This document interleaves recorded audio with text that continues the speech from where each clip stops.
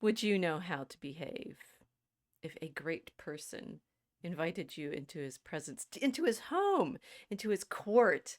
Would you know whether, let's see, can you speak first, or do you have to wait for them to speak? And what do you do going through the receiving line? And I mean, never mind if you're, like me and completely hopeless at learning how to walk in heels or something. What do you wear? How do you move? How do you talk? People need to know these questions because, of course, we are now entering the age of, is it the new monarchy? I don't know. We're going to find out. But we here on the Mosaic Ark will be ready for it. Welcome.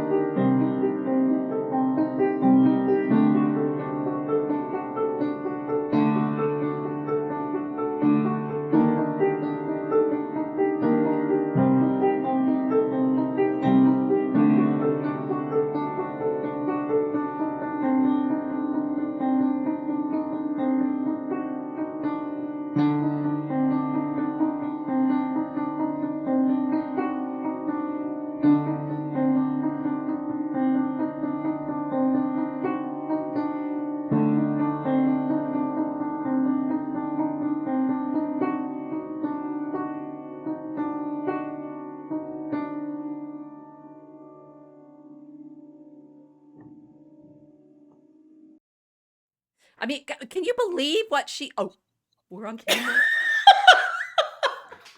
That's very uncouth. Talking behind people's backs during the credits. We would never do that. No, We're ladies. no.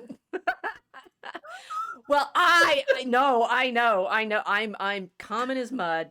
This is like I'm in my nanny og witch mode, right? Muck, common as muck, right? Muck. As muck. Yeah. I can't be any more common. I might have pretensions of, being a significant person in my small town, my grandparents' small town, because I was the granddaughter of the doctors. We had status in the town of 3 or 5 thousand. Remember the one that nearly burned down last year? Yes. Yeah, I think I was watching my ancestral, demean be surrounded by fire. Indeed, I have great grandmother who owned land there, so maybe I actually count as Hmm. Are you a person of quality? well, which quality, right? Yeah. A person of quality, or a person of honor, or a common person, or just a common person. Well, I know from having met okay, maybe I've met others and they were more, more reserved about declaring themselves, to be listed in Burke's, but I don't know what Burke's is. oh, well, there you go. I know a little bit That more tells than you what you. I am. You're so common, you don't I'm even so know that common. you can't find out how I common you know. are. Yeah, they don't have a word for my kind of common. It's just too common. Doesn't need one. Well, I think Catholic starts here. We'll start with Catholic. Burke's peerage is, as I understand it. Now that this came up and I did not, I do this to myself, the improv, and then I'm suddenly desperately wanting to look everything up. Right? Some of us are finding that Grok is very polite, and if you're very Can like be. direct, have you ever seen Grok be rude? Maybe the robots Yes. are going to have to teach us how to behave now. Yes. I can't remember who did it, but somebody asked a question about vaccines, and And Grok was rude. it The got robots very are rude. it got very snippy. It got very snippy. But Snips. I can't remember where I saw that, because I like surf with abandon usually. So go Well, wherever the wave we takes should me. start like searching stuff and be completely rude and ignore our audience. The 5 of you that are here. Yeah. Okay.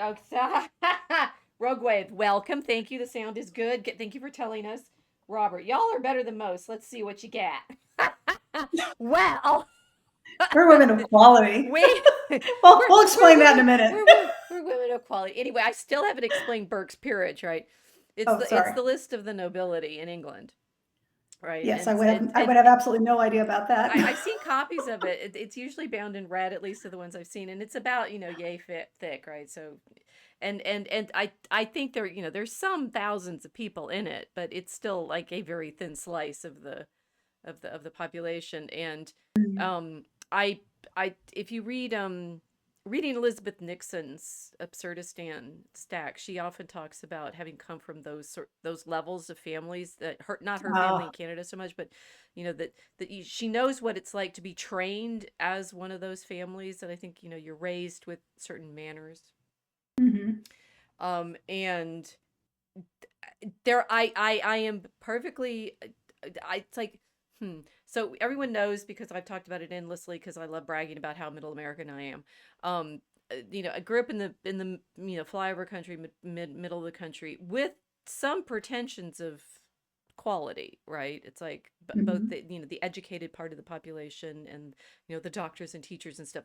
According to the nobility, that doesn't make any difference whatsoever. You have zero No. status with them. Doctors and teachers, are you kidding me? I saw Bill Gates. Bill Gates is clearly vibing this, a tweet that he, or not maybe tweet, social media, something or other. He's saying, no, soon AI will be all the doctors and teachers, and they won't need any more human beings. And like, who are they gonna? Oh, But who are they gonna take care of and teach? I mean, if the AI is doing everything, and it's doctors, right? is AI he doesn't need is doctors. It's not alive. I'm really biting my tongue right now. Mr. Oh Gates no, is not we're still common as muck in this part. We are not behaving yet. Mr. Gates is well, his intelligence is in question.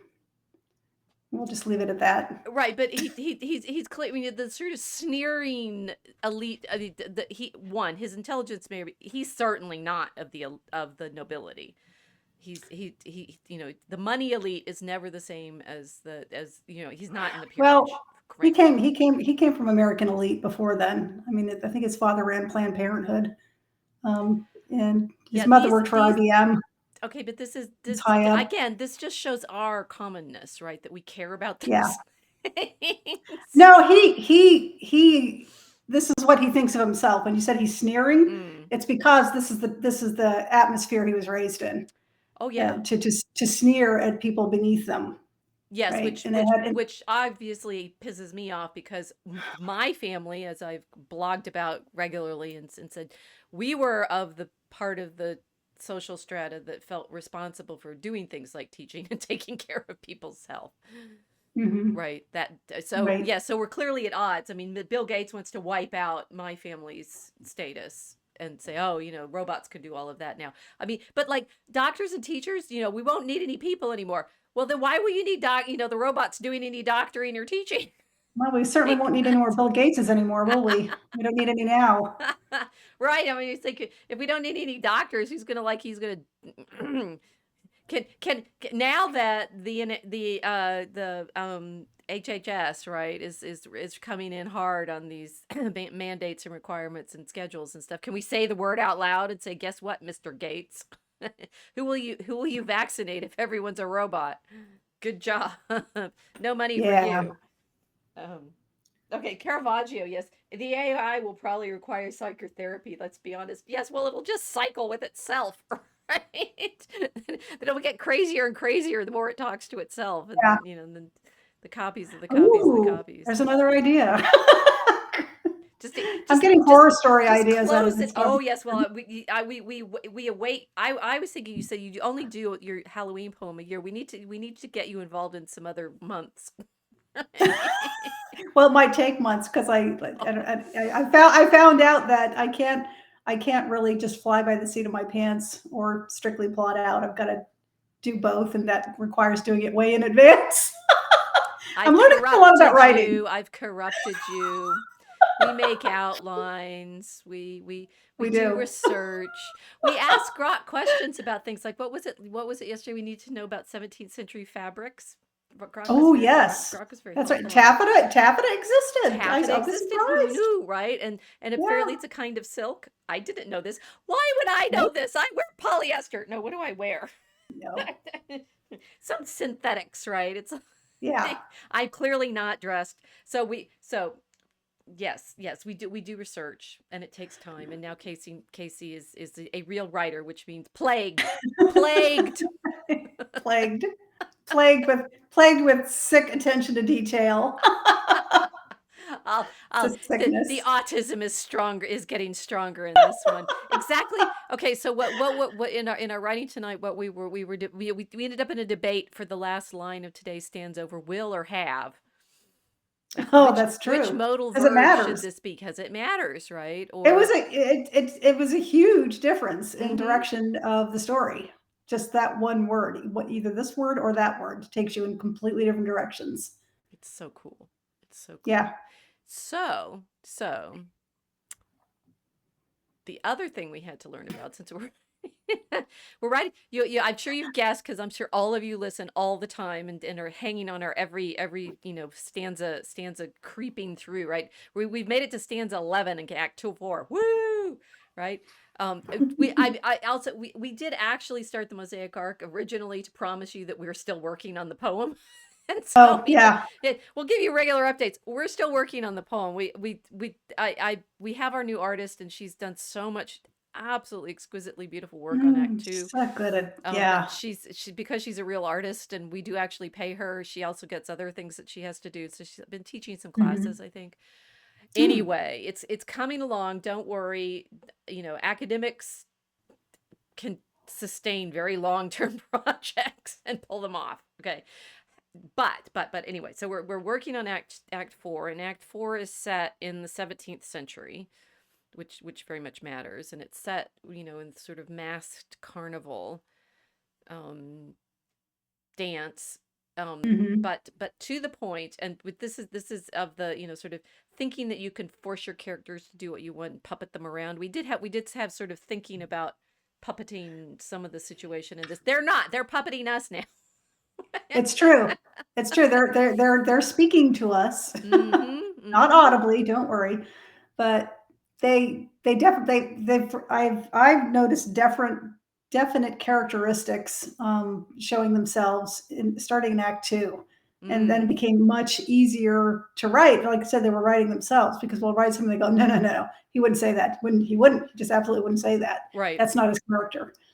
So it becomes easier as it goes along, but then you start haggling over words like will or have, right? And then you get really particular, because the characters are so strong. The story takes over a little bit more because the characters are actually writing themselves.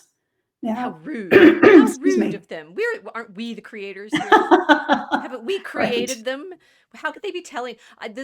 So I don't have as much experience. I mean, we've been doing this for going on 5 years now, so we have some, right? It's like in when I was started fencing, one of my friends who'd been fencing since he was in high school or middle school, probably, called those of us who are just beginning like toddlers and stuff, right? So I'm actually in my early 20s as a fencer, and so we're out of toddlerdom in writing poetry. We're nearly 5.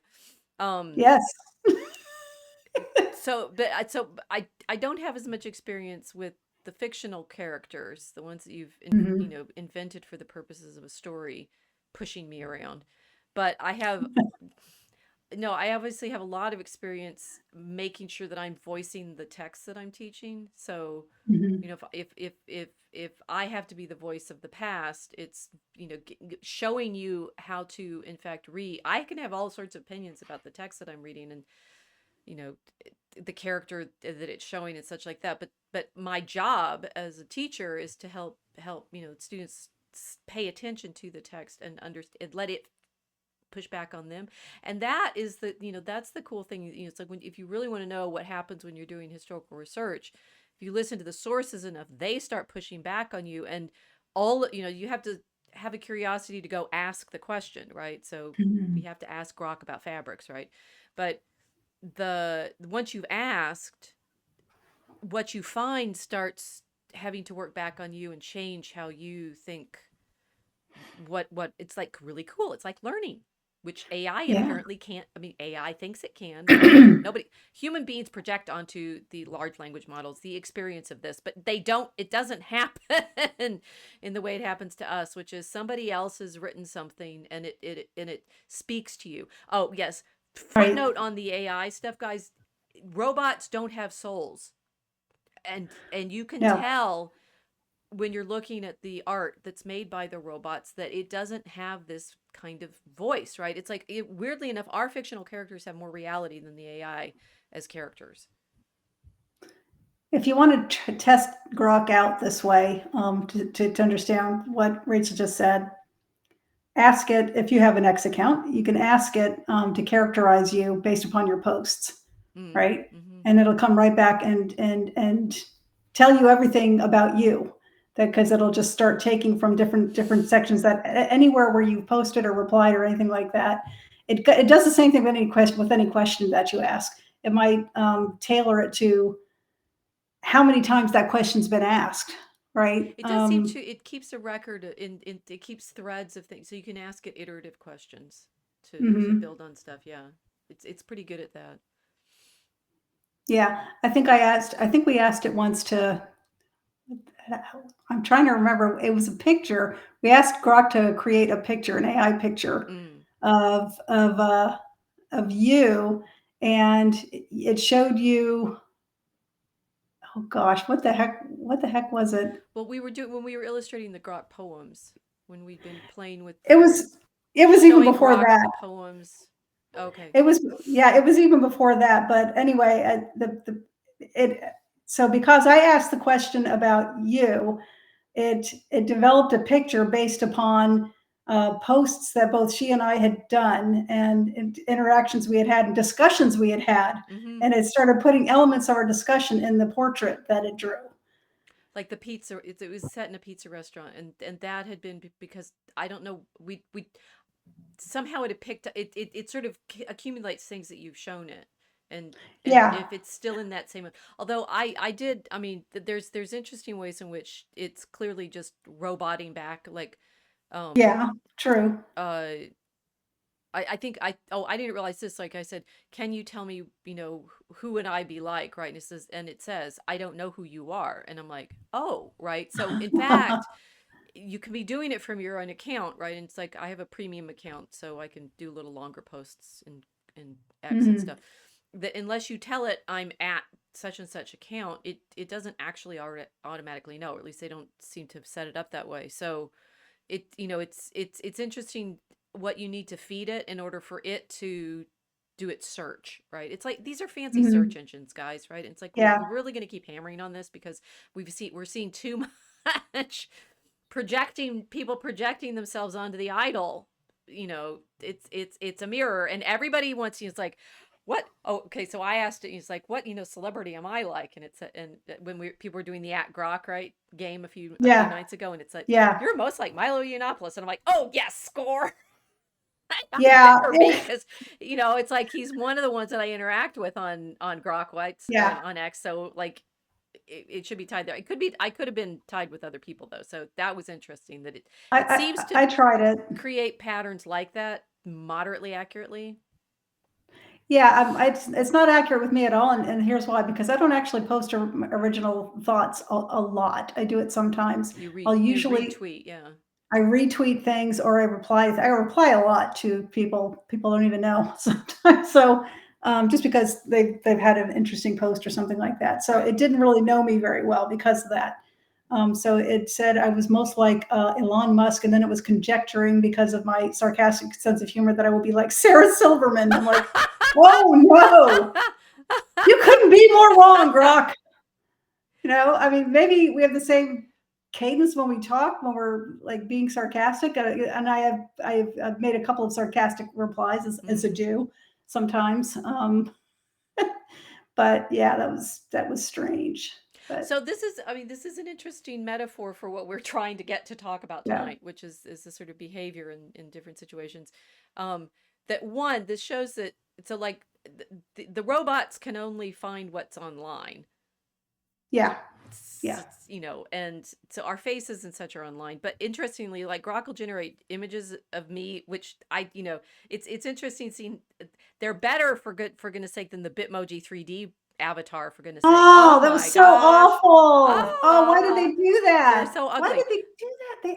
They're just it's the slot. It's So so this is the thin. iterative slot problem, right? We don't want to end up in the iterative slot problem where nobody's human anymore and knows how to and doesn't know how to behave. And the way in which the internet blends and molds and creates. I'm trying to figure out now in our theme, is it like an evil court? How is it? Because you thought you were An like evil. Elon Musk because you're retweeting it, but the robots can only see what we put online. It said it was like Obviously. it said it was like Elon Musk because I had a skepticism for authority or something like that. It was something like that, but which makes a lot of sense if you know me. Well, but that's her. But My previous career. So this is the but yes, and you have good skepticism, and you understand why you should be skeptical. But yeah, I hadn't thought of this, but the degree to which people are, I mean, everybody's taking selfies with these robots right now and saying, Grok, do you know me? What are my influence? I did this too because tell me who I am. yeah, tell me Yeah. who I am, right? And it's a mirror problem, right? Because you're looking in the Hmm. mirror and wanting it to know you, see me, see me, Yeah. see me. I want to be seen. I want to feel like I've been seen in Oh, this that's kind of sad, court actually. of what? That's kind of sad, actually. But yeah, I hadn't thought about that. But yeah. Oh, Okay, well, yeah. I so maybe those of us who've been like published authors for a while have already done it, and it's embarrassing enough. Um, when your book first goes out on Amazon, I mean, this was, my first book came out a while ago. How many times do you check whether anybody's looking at it, whether Oh, I would anybody's, check hourly. oh my For me, gosh. hourly every day for life, probably. No, well, the thing is you get all excited because in your mind, right, you've been working on this work project. I mean, for me with my tenure book, right, it's like this thing that was going to change my life, which changed my life by not changing my life, that I stayed in the job that I had. Um, but you dream of actually selling some books, right? Yeah. And Amazon, the sales rankings and stuff are just it's a pathetic, jealous little court kind of behavior to look over there and say, okay, well, my sales are in the million, but hers are at 5 million. Not rank, not actual numbers, right? It's like, and if you sell 3, you drop down to 800,000, right? If you if you sell 10, maybe you make it at 300,000 for a bit, and then my best rank so far, I think, on that book was I was at 76,000 for a bit, or maybe and you're like, it's like, this is so pathetic, but so indeed, it's like all that. This was back in 2001, right? So I know Hmm. I know what it's like to go look in the computer mirror and say, who am I? Show me, right? How Hmm. important am I relative to, and then you do this obsessive, like, um uh ranking, self-ranking against these other people, Hmm. and and then you choose. I mean, this is how pathetic academics are, and I know, guys, I know you've all done it because we all have, right? You you look up your rival. Oh, well, okay, we're about the same. Oh no, she sold more. Oh, ick. Okay, well, maybe she just had a good week, and she'll be back up at, and you're just like, this. It's clearly this kind of behavior actually matters in some way, but it's also what the toxicity of it is what Christ was trying to teach us to be aware of, Oh, right? If yeah. you're constantly figuring out what place at the table you're going to have, Right.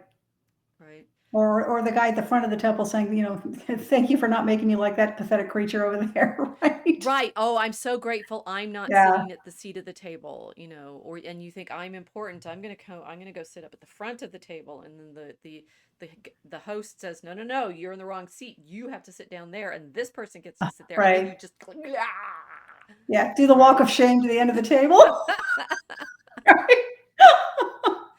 And it's kind of fascinating that we do this to ourselves, right? It's like the talk about things that are hardwired, if you want to use a mechanical metaphor for us, like the the problem of envy and jealousy, and the sort of chronic testing of ourselves against, like, and this, we've talked about this with the female hierarchy stuff, right?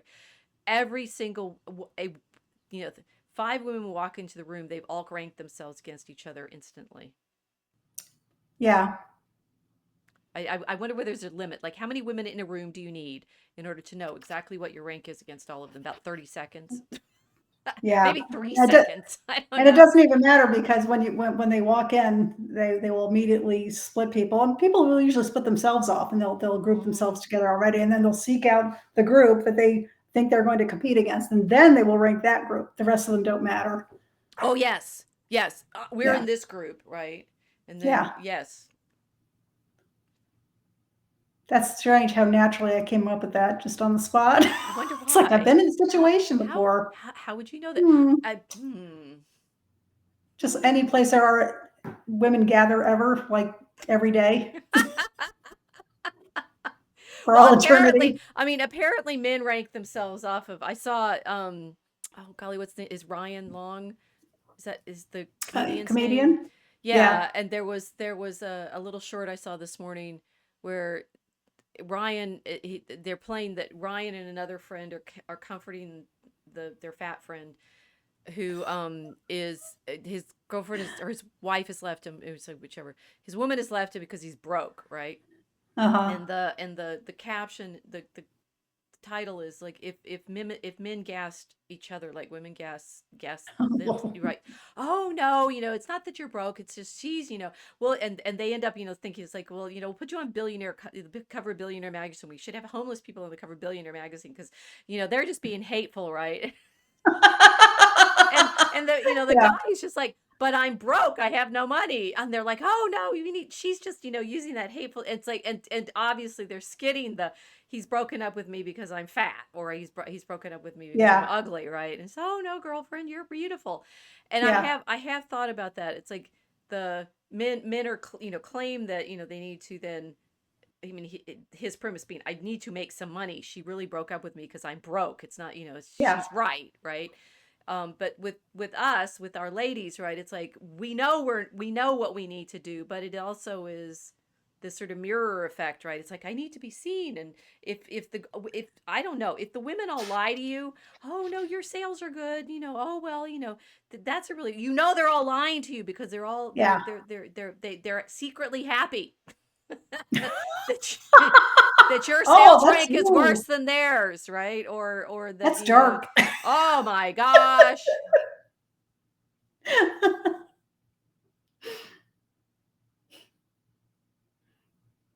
Robert says Jay Dyer has been arguing with Grok. It's really funny. Well, I'm glad. We just like Grok is a search engine. We are not like It's a having great love search affairs. engine. It's a It's great search engine. fast. It responds with snark if you give it. It uses language like you. Yes, I did test it at one point based on, it's like, can you tell from the way I've been asking, when I've been talking to you, whether I'm a man or a woman? And Yeah. uh I because you know I'm not that inclined to like talk friendly to them, the robots, because they're robots, right? It's like I can, typing in Google, please could you help me find something? It's like, Okay, no, now I want to that's say dumb. we were when we were talking to Bob Cruzy, you were talking about Sasha, the robot. Because he's so brilliantly He's showing how ridiculous it is to be sympathetic to her. She's a right. robot. But you were expressing sympathy, like, but you're so mean. He's so mean to her. Why is he so mean to No, I was joking.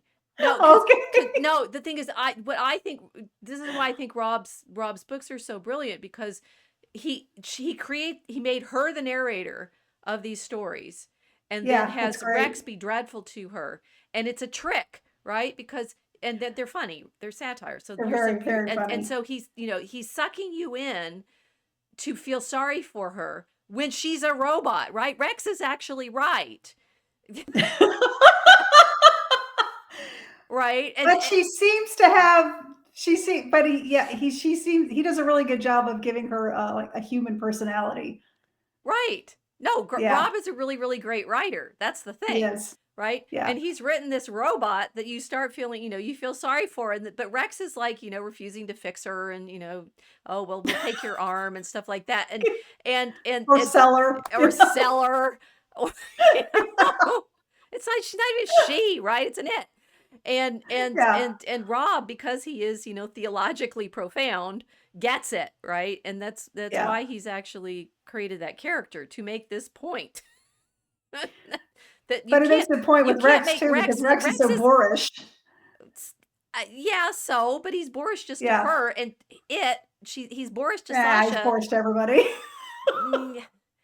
Yeah, pretty much. But he's worse to the robot. But it's a Yes. robot, right? And so it's like, okay, so he beats up his car.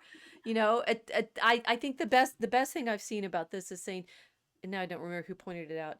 We've had cars for 100 years now. We don't think they're alive, right? We named them.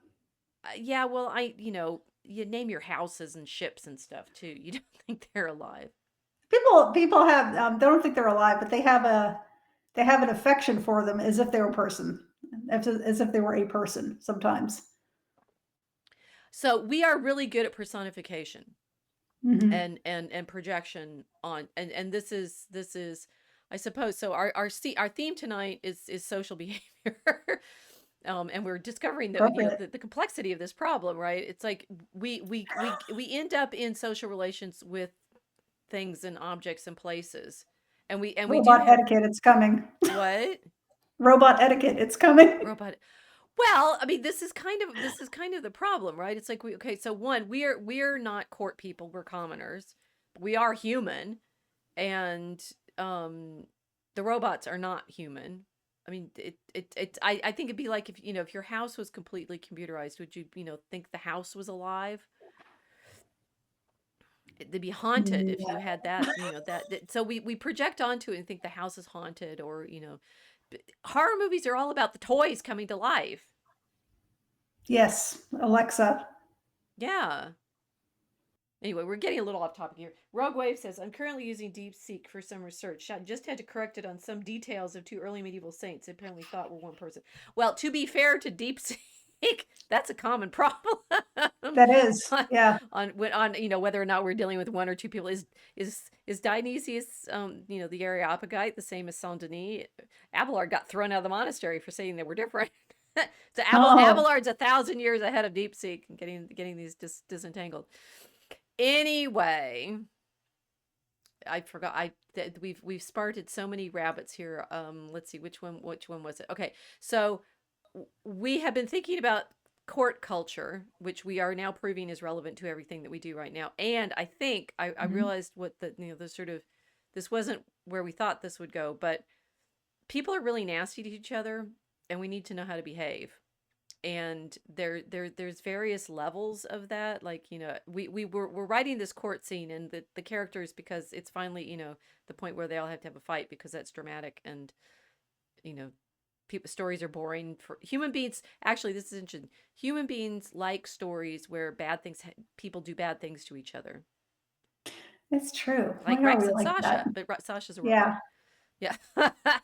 What is drama? I mean, what is comedy? It's people, all of it, all of the above. It's people doing bad things to each other.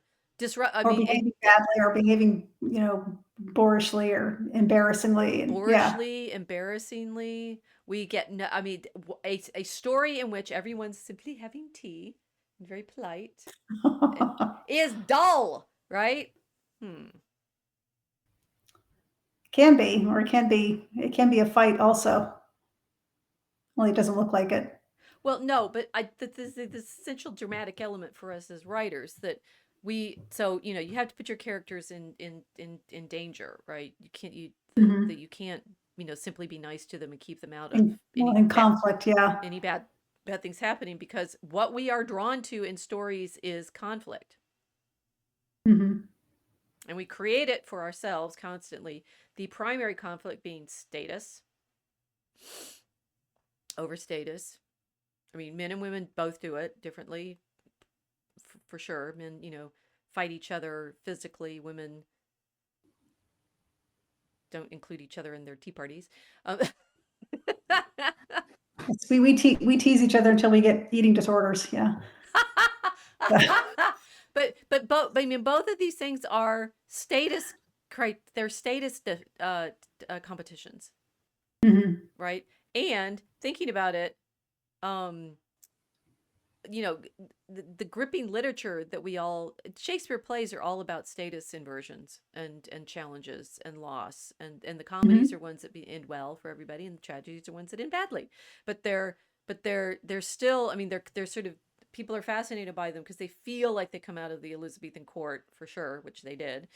But they're tests of behavior in these, very uh tightly balanced situations. So Titania is made into a buffoon because she falls in love with Bottom, with an ass's head, right? That Mhm. Oberlin has to, make her humiliated because she falls in love with a monster. Um, that Gee, we seem to be like super duper sensitive to this, and if we're um, and yet Christ says we should not do it. Right. Christ, I mean, this is mentioned by Christ 2,000 years ago about status. We were talking that right before we went live here, about sending people to the end of the table. Don't try to sit at the top of the table in case you get embarrassed and get sent to the end of the table. Right, right. People, right? People in the Middle Ages, people in the Renaissance, they would understand that because that was still a thing. It's still somewhat of a thing today, but it's not. Is it as nearly as important in the same way? Or the status Well, you could expressed say differently? this is why everyone's going crazy, You could, because nobody knows how to act. because People have been nobody saying that for knows how 30, to 40 act. years, though. Nobody knows how to act. Okay. Okay, let's cut to the chase here. We did some research. And after we asked Grok about the fabrics, then we realized that, okay, what they're wearing is important because you have to have some description and get people in the mood and stuff like that. But what was even more important was we'd have our main characters dancing, and then we're trying to figure out, okay, what now happens? And then we realized we didn't know really, because we started imagining, it's like, well, if it's a, celebrity couple in a dance now, you'd end up with the paparazzi all around them or something like that. But in the 17th century, that's not allowed, right? You're not Right. going to, be in court at all unless you're in the peerage, right? If you're in burps. Mhm. We're so used in our common as muck situation of being able to like barge in everywhere, and I'm American. Well, I'm American. I belong I'm a, here. I'm a celebrity. Yeah. Well, okay. So I mean, these different layers of like putting yourselves on which seat of the table you're going to take. I'm a Yeah. celebrity. But also that, I mean, one of the things, guys, if you cannot be an American if you're caught up on the wrong kind of status, right? Because we rejected that, English nobility.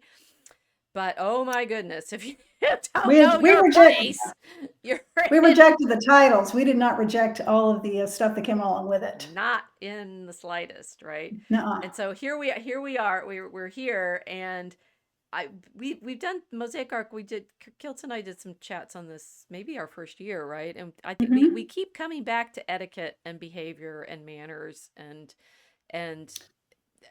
it's clearly, Fodder for drama. it's, well, yes, it's the absolute, it's everything. Drama all comes out of breaking the rules of social behavior Hmm. completely. And uh yeah, I think, the pretense of being able to carry a different social status because of your behavior, but oh no, you have to be trained like that as a child in order to behave convincingly. But in fact, what if you could? Yeah. Well, anyway, we figured we had to look it up, and we asked Grok, how do we learn how to behave well in the 17th century? And it gave us some references. It And did. so Good we, in ones. fact, we've done some research. We've done some research because we all know, here we go. We all know you guys want to go to this place, the The court, right? court. The court The of the court. day. The court of the, no, it's not the White House, it's Mar-a-Lago. Right. Although, the etiquette of going to the White House, okay, that would be, that'd be interesting. It's like, what's the etiquette of going to the White House? Because the reporters are all amazingly rude, right? They still haven't learned how to behave properly as if they are talking to the king, right? Yeah. But Mar-a-Lago it's Trump's own house, right? Mhm. And two, it's like the, well, it looks here. Let's go inside. Here we go. Here's the doors, right? Would you know how to behave if you got to go inside? If you did not know how to behave when you walked into a place that looked like that, you would immediately, your spine would stiffen up a little bit. It's very formal looking. Yeah. It's very impressive. It was built to impress. It was built to show off wealth. In 1928, I think Meriwether Post owned it. I forget her first name. Anyway, but Mrs. yes, it was Post. Mrs. Meriwether Post, right?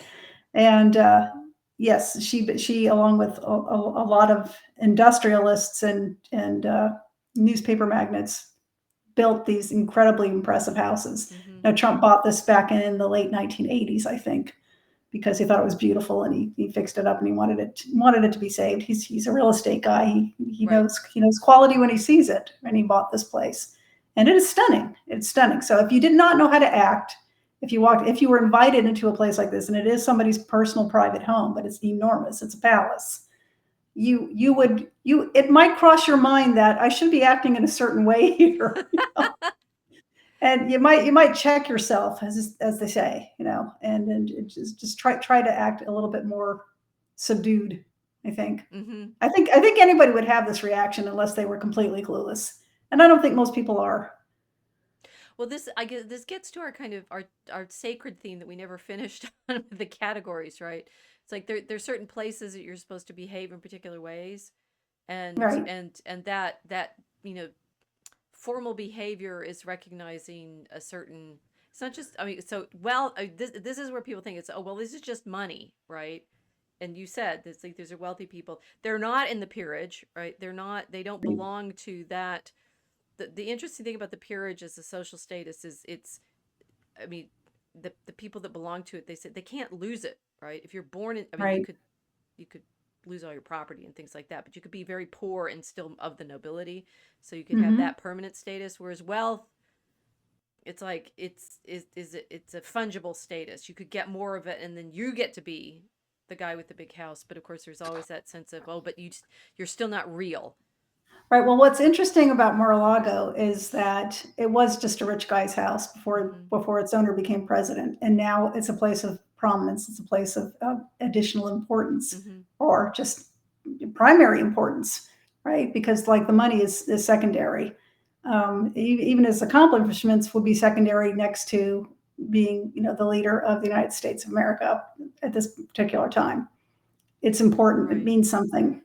And so now that place takes on a different meaning, and it'll never lose it as long as it's standing. It'll be the President 45 and 47, 45, 47's residence. It would be the Southern White House, which is what people are calling it right now. Oh, really? Yes. So I can report from this neighborhood that there's still Secret Service around the Obama house, but it doesn't have any aura around it. It's got some signs saying you can't go here, and it's still got some barriers on the road, so you can't get close to it or anything. But it has no glamour right now. It's very interesting. Did it have glamour while he was president? It had a lot of guards around it. You couldn't drive down that block. You couldn't walk down that block. Yeah. That's for security, and that's appropriate. But glamour is way different than security. But it certainly it doesn't have that. Yeah, it'll always be an important place because of its former resident, but it won't be the same thing as being a glamorous place. There is a difference. I mean, there is a reason these palaces were built in the 1920s. People were showing off their wealth. Right. It was very ostentatious. It was very tasteful. Can you be tasteful and ostentatious? Yes, you can. The thing is, it's ostentatious for an American because they were trying to copy European palaces, right? European palaces of Italy and of France, right? In the case of the Biltmore estate, it looks a lot like you would be mistaken for it being somewhere in the Loire Valley by looking at it from a distance.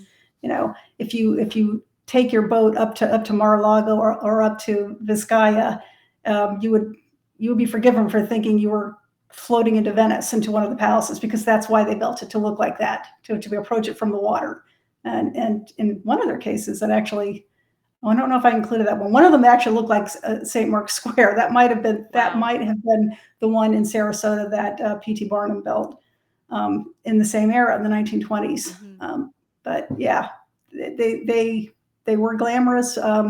but they were using, classic design elements of European palaces when they built them, which to an American looks way overdone, right? Yes. But we still appreciate them. They're still beautiful to look at. Well, okay, so a lot of people talk a lot now about, it's like we need to, reclaim the West, right? We need to recover the West. And this has been interesting trying to write this 17th, it's sort of 17th, 18th century, because we can't always find all the right period stuff to fit our characters. We had to learn how they danced the minuet, which was interesting. That was fun. but to say we're actually trying to imagine the Ancien Régime and Mm-hmm. its tensions. And it's also, the 17th century, it's like, if you want to know why, shorter history version of things, if you want to know why we're in the situation we are right now, it's the Enlightenment, but it's the Enlightenment, I guess it's rejecting the Middle Ages, but massive things happened in the 17th century with, power and flow of money and such. The reason that they're able to build Versailles, France is incredibly rich. Mm-hmm. The reason they're able to build the Hall of Mirrors is because, Louis manages to, steal the craft secrets of the glass blowers from Venice. And that they are, when people think of what, you said this, like, we're Americans, and so we don't, we're commoners, right? We can't, Mm-hmm. it just feels like pretentious and silly to have a big fancy gold house, doesn't Right, it? and this isn't just a humble brag either, because that can be kind of snobby too in the other direction. Oh, Well, you don't definitely. do that kind of thing. Definitely. We're much more calm about things like this, common sense. No, it's just I not in don't our need no character to. fancy house. Yeah. I don't need no, I don't know, fancy house, no fancy book learning. Yeah, no, Book we love learning fancy too, yeah. houses. We love fancy houses and fancy book learning, but it's not something that would be common in even a very wealthy American's house. So these ones did stand out, and they were built to stand out, right? Right. But they're American still, royalty, they're sort of American house, private. maybe. So Versailles or something like that. That was his home, but it was meant to be a place where the nobility are commanded to Would meet, right? attend, right? And the industrialists too. They would bring people in for these big fair, meetings, yeah. for sure. And so it was kind of like a court. You're right. It was an alternative court. Very untypical for Americans, though, and it is notable that these were all built in about a 40-year period in American history. Well, These so types of as we're palaces. talking about it, these palace houses are built at the same time all the college campuses that are like mine in the collegiate Gothic style. So we're building, palatial homes and, Yes. you know, castle monastery like college campuses in the same 1880s to 1920s. You probably had a lot of craftsmen coming over from Europe at that time. There was a large immigration wave from Eastern Europe Mm-hmm. at that time. Yeah, the pole, like St. John Cantius that we show in our credits, right? Hmm. That's built in around 1900 and by Poles Yeah. who come over with those skills, and they're building a lot of the Hmm. city, and so you have all of this magnificence. But it's when people think about Europe or think about the West, some part of me, it's like nobody says this out loud because they're always saying about values or it's about this, that, or the other. But some part of me feels like it's this haunting of the period before it all became common as muck. With the Enlightenment, it's Hmm. all going to be rational, and before the revolution makes all of us, socialists, and before we're all dressing like English stock market traders or something like that. That there was a Europe that used to enjoy beautiful things, and used Yes. to enjoy, but the problem being, of course, these palaces are like these homes that we're looking at in our Hmm. slides. I've just got the doors at Mar-a-Lago still.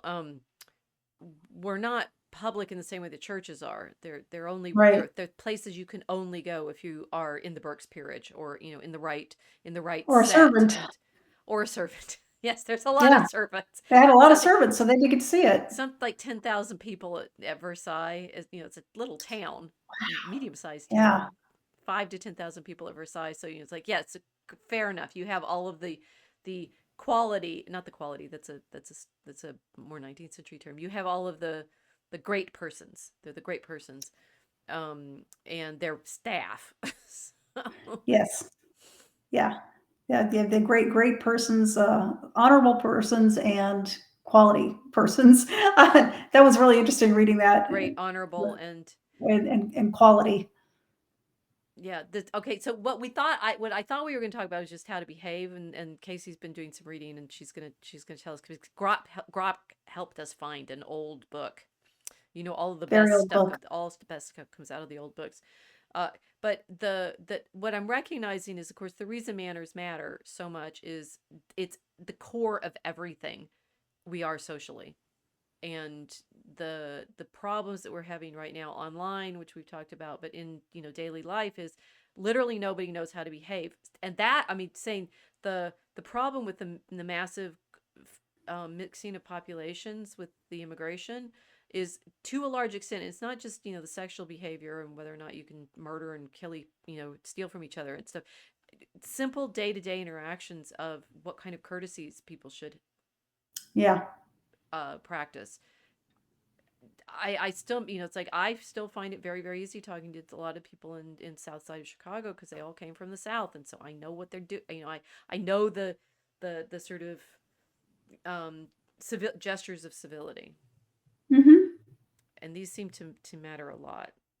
So what did we learn? What did we learn from this book? It's like, here we are. We've gone through the doors. We're here in the drawing room, or the room with the couches.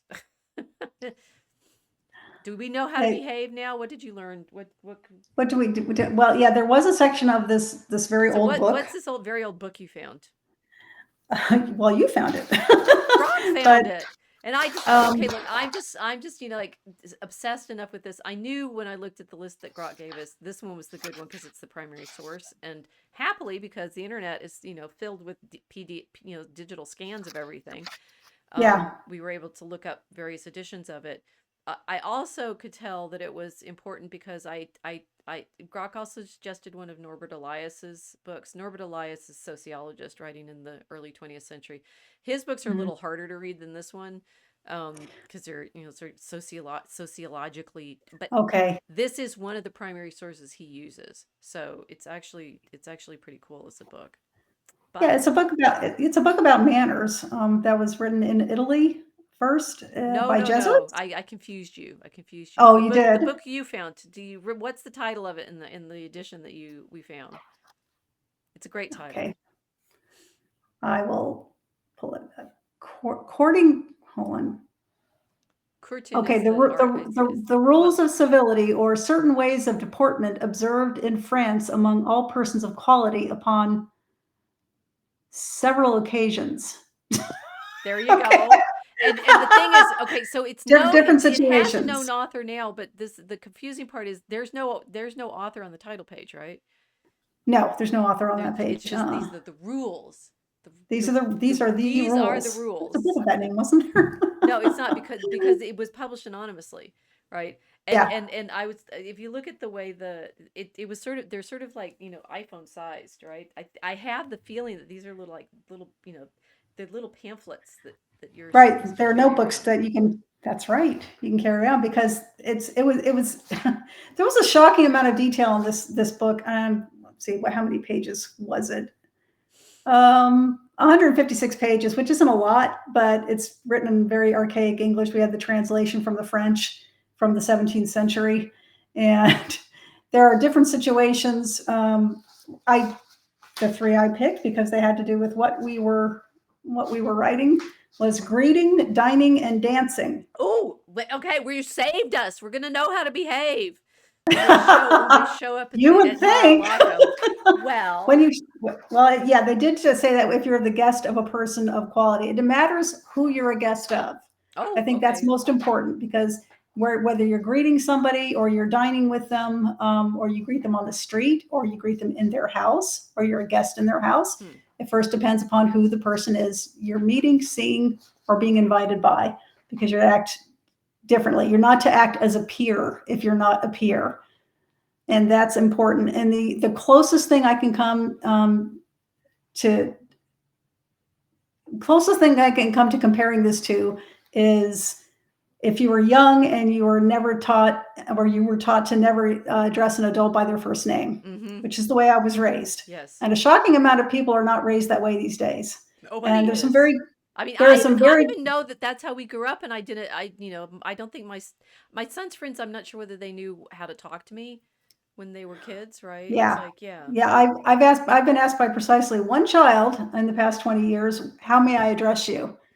And I was shocked. And I said, well, you may call me, Mrs. Curley. Thank you very much. She says, okay. But every other child, that would just try to call me by my first name. And I would correct them. My niece and nephews tried it too. I corrected them. But then I met people my own age who said, oh, I don't like being called auntie. It makes me feel old. It's like, okay, there's a couple of things going on here. First of all, there, there's a lack of distinction between age groups, between children and adults, and that's actually very dangerous for children. They Yes. should never So see it's adults like as peers. we would not be having a lot of the problems we're having right now if that was held. Yeah, Right? that's very important that they understand that adults are not their peers, because then an Right. adult can't pretend to be their peer, right, and take advantage of them. And I mean, it goes the other way too. You're having a lack of respect for people who are older than you. That can also cause its own problems depending on the situation, like teachers, right? Police officers, right? If everybody's the same, why should I treat you with any deference at all, Yeah. even if it's your job? This causes all kinds of problems that can be avoided if you just have children address adults by their last name. Then they understand there's a difference socially. So in this book, you would address people differently depending upon their status. So if you were going to walk into Mar-a-Lago and be greeted by the President of the United States, you should call him Sir or Mr. President. Is there a book written about this? No, but there should be, because people have forgotten. And maybe that's why this book was written, because there were so many different situations that people found themselves in that they needed help. And I think people need help today too. Yep. I think they really do, because they've forgotten why we have these roles. It isn't to kill your fun, and it isn't to allow some people to think they're better than you. It's not better. It's different, and different. There's nothing wrong with difference. There are differences. Well, I mean, the difference is this is what's interesting. It's like we were, sort of performing the problem at the beginning. Everybody is constantly status sensitive, constantly. There is no. This is the irony of something like communism. I was in a conversation yesterday. I was saying communism is trying to be monasticism without God, which, just remember that, right? It's like communism is a Christian heresy. It's this claim of, community of work and things like that. But the other thing it's trying to be is monasticism without the actual hierarchy of the monastery, which is with an abbot and the officers of the monastery, and the monks were all they would go in and out of choir in ranked order, and they were ordered by their time of entry into the monastery, which created interesting situations, because, like, maybe boys that grew up in the monastery would be ahead of men who had entered more recently, but as adults or something like that. But the status in your community was marked by everything that you did. And the one place that still exists in secular world is in the military, right? Because you'll have some 38-year-old sergeant who has to salute a 22-year-old second lieutenant who just came out of West Point, and it's like, well, yeah, you're saluting the rank, not the man. But you have to constantly tell people this, because it looks strange. Because outside of military, you have a younger man and an older man. Maybe they lived in the same neighborhood. He had to call him Mr. So-and-so. right Now suddenly he's being saluted. Well, that's okay, but this is I think a lot of spoiler alert. What people say that they're missing when they want to recover the West. A lot of it's this. It's simply these rules of behavior. And that's why it's so vague when people are saying, well, it's the old days. It's like, what about them, right? And the what about them was, people had. I mean, it's interesting that we were looking at this because we had our characters dancing, and the dance, a minuet, is we learned very, very formal and restrained and incredibly sexy, because it's so formal and restrained. But it's a court dance, and the court. I mean, this is what the court. So Okay, footnote and explain why Mar-a-Lago and Versailles and such are important here. The thing that Norbert Elias, the impossible to read sociologist who was studying these handbooks, realized was it was training in manners like this that created the. I mean, in his version of things, it's the modern state, right? It's a sort of behavior behind the organization of society that makes the sort of state function, and it Mm. fits with the man who wrote this, Courtin. I've forgotten his first. He had been a diplomat. He'd been a diplomat in Sweden. He'd been a diplomat for France and England, and he retired and wrote a number of these little handbooks for people on how to behave, using, as you were pointing out, some older treatises. But Hmm. the the sort of sense that we have of what things used to be like the old days, I think it was simply these recognitions of status and courtliness in the sense of civility, Right. like civilizing, right? And that's what Elias calls his primary books, the civilizing process. It's this: how do you learn to be civilized? Well, you learn to behave, Yeah. which includes recognizing things like there is an implicit status in every single interaction you're in, and you need Hmm. to know it. And if you are constantly thwarting it, you're rude. Right. And some people take pride in being not, they don't see it, I don't think it is rude, or they think it's funny if somebody calls them rude. They take pride in flaunting convention. There are no conventions anymore. Well, none that are acknowledged. They still exist. Otherwise, you wouldn't be able to thwart convention, right? And then brag about how bold you are. But that's a personality type too. That's definitely linked to Instagram famous people. Mm. You Well, I know, mean, so there's all these hierarchies. Obviously the other big thing that's happening is everyone with the reorganization of the administrative state, they're losing yeah. their status. Yeah, that part was actually hilarious.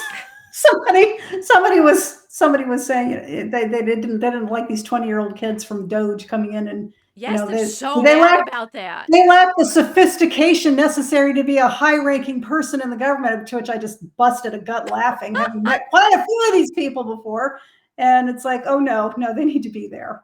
You know, But need to be realizing that most reminded of that most of what you're I'm seeing, I mean, both in academia and online as part of the responses, they're just so crude, right? And it's the yeah. feeling of you let these people in and they're just pooing on the How furniture, right? dare you? How How dare dare you?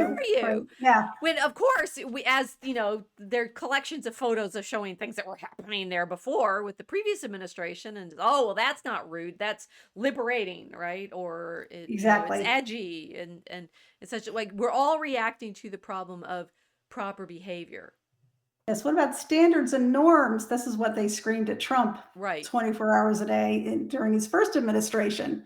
Standards and norms. What are you talking about? Yeah.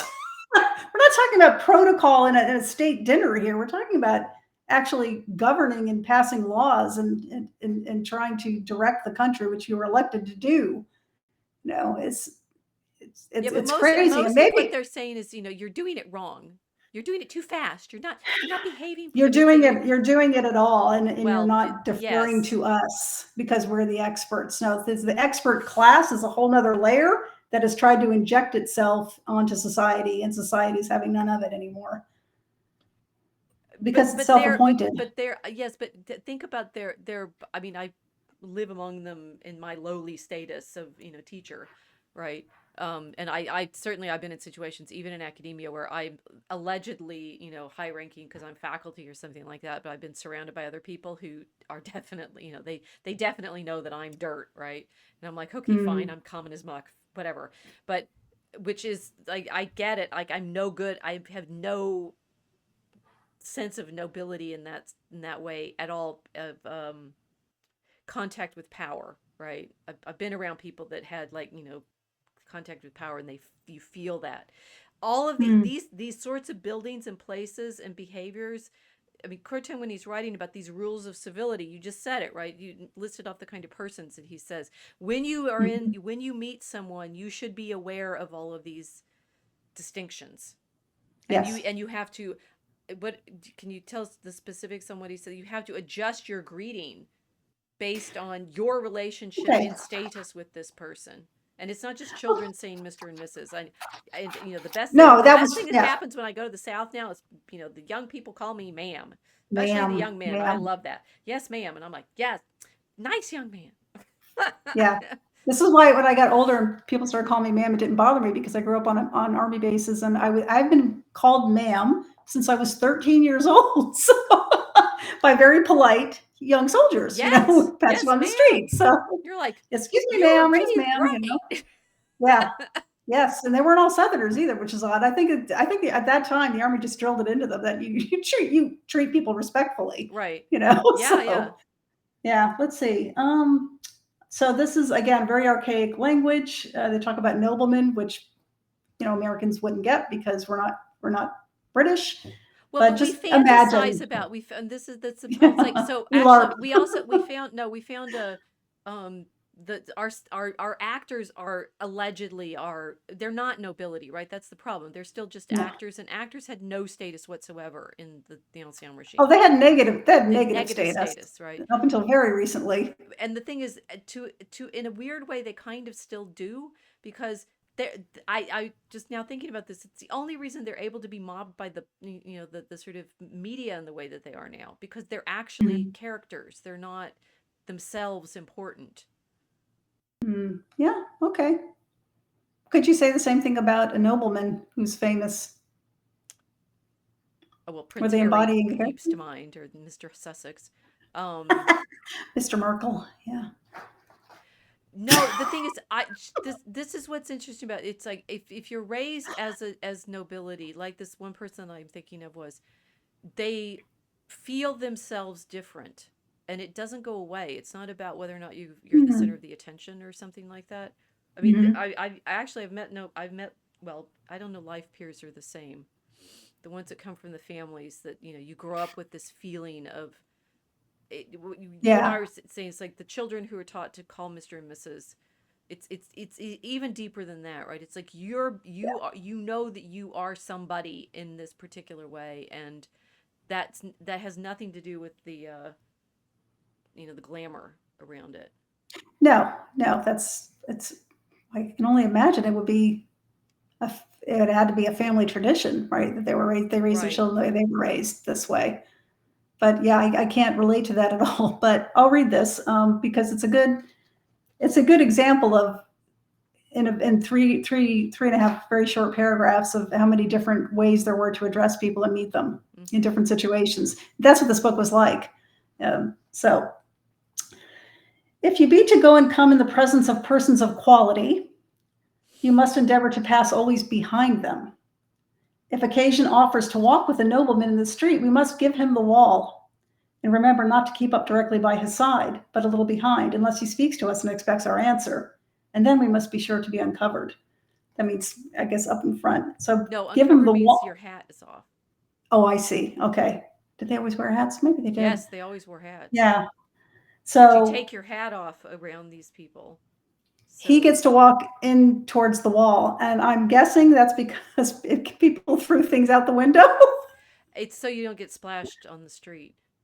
or don't get And splashed I'll on the say that street. Yeah. the one person there are a few older British people that know this. And when I was in Cambridge, my teacher, my supervisor, would it was so interesting. He was very polite and would always make sure he was walking on the outside. So Oh, wow. Nice. you get kid. So this is where women used to be treated like nobility, right? Which is the Yes. point that Christopher, my teacher, Mr. Christopher Book, and they were so casual in Cambridge, like, oh yeah, first names, and I'm like, but you're my professor. He would always make sure to walk on Yeah. the outside, and he said it was so that, if the carriages and something came back and splashed you, the Right. man would take it, and the woman wouldn't have her dress ruined, right? So Yeah. That's lovely. we used to, you ladies, you're missing out. Yes. You used to be Oh, you're so queens, missing out. right? Yeah. Yeah. I want to continue with this, but I want to inject one story I have. And I told you this yesterday, I think. So I was out with friends once about 20 years ago, and another gentleman came that he had been invited to join the group, and it was just at a restaurant or something.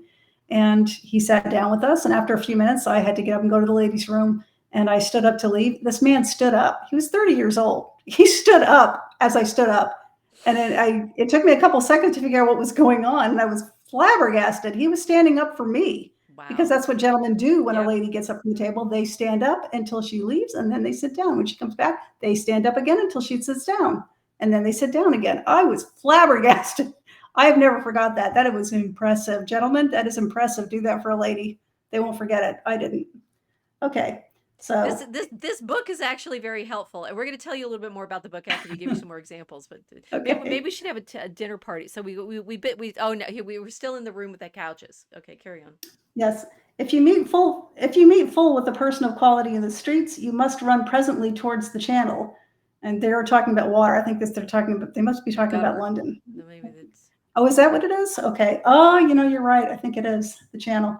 Okay, you must run presently toward the channel, or post yourself so as he may pass by with his left hand towards you and his right hand free. And the same rule is to be observed with the coaches. If it be a lady of quality, you cannot address yourself to her with respect, unless it be vouchsafed to advance and tender her cheek. And in that cafe, too, you are only to pretend to salute her by putting your head to her hoods. So I guess that just means kiss. Yeah, kiss. So you're just supposed to touch her hood, right? Mm-hmm. And this is the funny part. But whether you kiss her or not, when you retreat, you must make a profound reverence with your body, which I think means to bow. Mm. If there be other ladies in the room and they have equal condition and independent upon the lady you saluted, you may salute them too. But if they be inferior and depending in any wise, you are obliged to forbear. It would be a rudeness to the lady to treat them at the same rate. So you may salute a lady of rank, and you may salute a lady of equal rank. You may not salute her servant, because that will be an insult to the lady. Mm. I think that's what that means. And so our ears heard this and go, wait a minute, I thought you're supposed to treat all ladies like ladies. And in fact, we say lady here. Right. It's so silly. If you watch YouTube videos or news where people are being interviewed about something just absolutely horrible that happened, and the criminal perpetrator is referred to as the gentleman. Yes. Not by the police. This is by people being interviewed. Oh, so this gentleman over here pulled a gun on that gentleman over there. It's like, he's not a gentleman. But this lady over here was, turning tricks on the street. It's like, she's not a lady, right? But we use that for everybody. It's just, that's I think, a very American thing, where you would just assume somebody's a lady or a gentleman, even under the most absurd circumstances, which I tell you they are not. You would still refer to them as lady or gentleman. Any, right? That's what we established. Maybe, or maybe it was a bit socialist that way. Well, no, it's the the rejection, the absolute rejection of title, right? So technically, we have no lords and ladies. No, we don't. Right. But it's assumed that you're a person of quality, you're a lady or a gentleman, right? In America, that's what I think. Yeah, well, I think we've lost. I think you made an excellent case for the children need to be be considered different from the adults, so that they're safe from both directions, right? Yes. But that's all of the other distinctions that we make. I get why men who are being old fashioned and call each other sir all the time, and I'm like, but you're not all sir. Well, yeah, even young people do too. I still do that myself. I don't know if somebody says, excuse me, miss, or even if it's an old lady, or sometimes they'll say ma'am, I'll say, excuse me, sir, and young people will do this too if they don't know your name. Right. Not just a Southern thing either. I've seen it all over the United States. Yeah. Well, but these are, so this is what our book is describing is actual distinctions of status, whereas Americans tend to be constantly if you're being polite in situations, you're usually changed. It's the same status being reversed, right? It's like sir, right? Yeah. And that is, I mean, that's appropriate for friends, but friends are the ones that can do that, right? But the problem is in most other social situations, there's not that ability to exchange status, and it makes people uncomfortable and confused. And in fact, I mean, it's like everybody who grew up in the South and understands these differences is way happier. It's right. My perspective, right? Because you're not desperately trying to like reestablish your status every single time you go into an interaction. You recognize it. You know what there's clues, right? And Mm-hmm. it's actually respectful not to try to lower yourself below someone who you in fact have higher status than, right? Yes. Yeah. Whereas in other areas of the country, people might accuse you of, you're putting on airs, Exactly. right? Yeah. Yeah. Yeah. Well, In which The in South tends to the carry on more with these civility codes than other places. yes. Yeah. Yeah. It's, I live in an area of the South where a lot of Northeasterners have moved in. And, I come from those people myself. A lot of them are very nice people. But the difference and the way they interact on a daily basis is stark, right? The Right. Southerners will speak more slowly. They'll take more time to talk to you, and they expect you to take time to talk to them. It's polite. Right. Northerners talk very fast. They're all business. They just they move very fast, and it's just a very big difference. They're not doing it to be rude. That's just a cultural difference that you can see. Well, the thing is, I think there may be like a direct line from this book to the Southern because apparently this book was very popular in Restoration England, and Oh, okay. so it's published in 1671 in English, also German, French, and Latin, right? So it's Yeah. like it becomes the standard book Hmm. for. The thing is, I'm not sure the nobility read these books. I think They don't, but you know who would be the Virginia planters, right? right, Because they were trying to right, copy the exactly. nobility that they lost George out on because they were Washington second sons. apparently had. I mean, I don't think he was reading this one, but he was reading some of the other ones, and he's like, yeah, they're Yes, making out books on how to behave, and they're trying to yes, do this. Yes, yes. It was a big deal in Virginia. They were very formal, and I think some of their parts of their society probably still are. If I had to take a guess. I felt yes. I guess while I was in North Carolina, for a fellowship, and they were behaving Southern, but not in a way that I recognized from Texas, right? Hmm. There's an older colonial Yes, civility. Yeah, yeah. yeah. Um,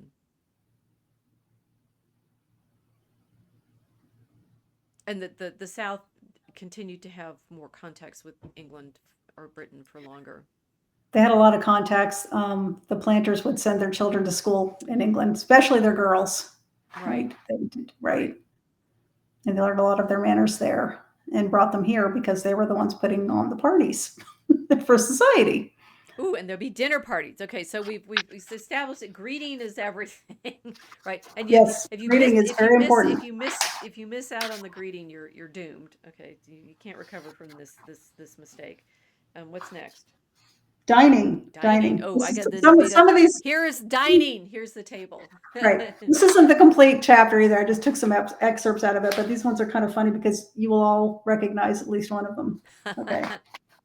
When you're at table, you must lie upright and not loll up on your elbows. Don't put your elbows on the table. Now you know why. It says so in the book. Yeah. You must not by any awkward gesture show any signs that you are hungry, nor fix your eyes upon the meat as if you would devour all.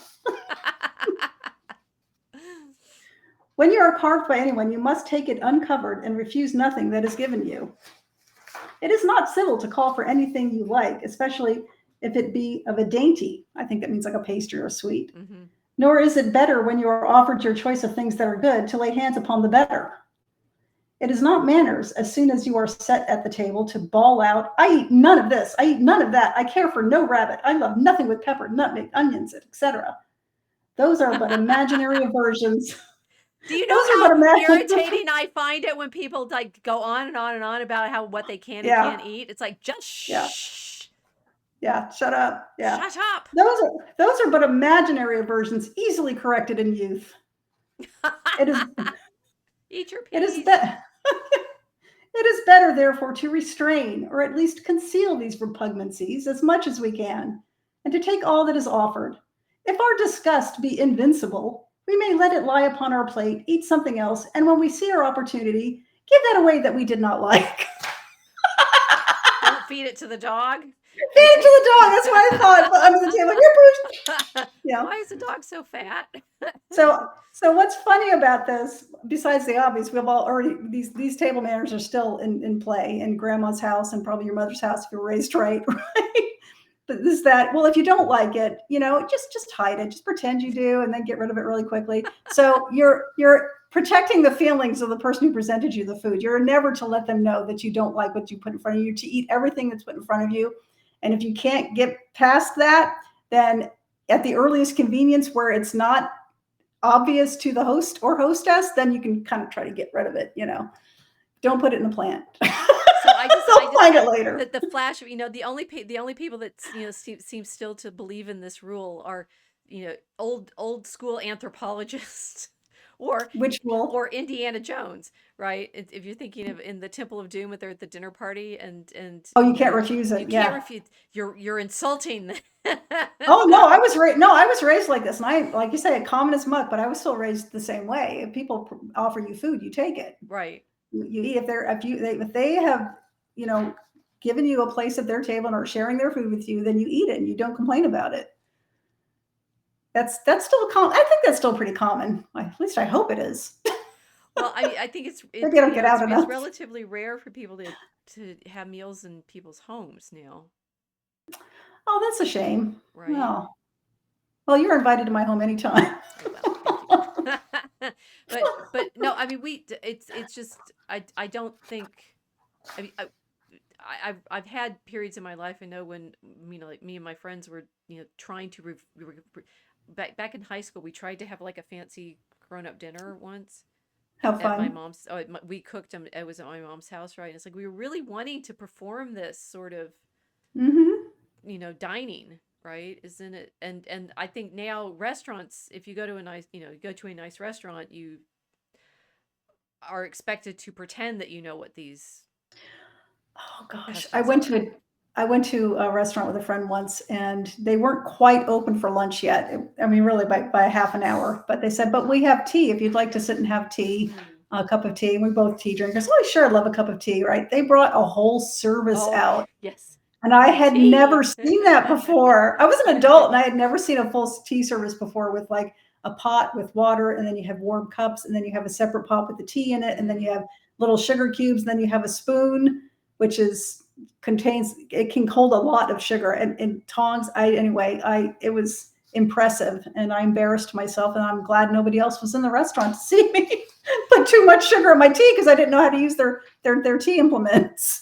Well, so interestingly, properly. I'm thinking about all this and saying that I mean, one, Europeans and their heirs used to know how to behave, and a lot of these like formal behaviors now, when people see them, like the West has decided like we don't need to know how to behave anymore, and it's like the '60s, we're all gonna wear jeans, and No. I was when we were talking about this a little earlier, that I have my students call me professor because I think it's a courtesy, right?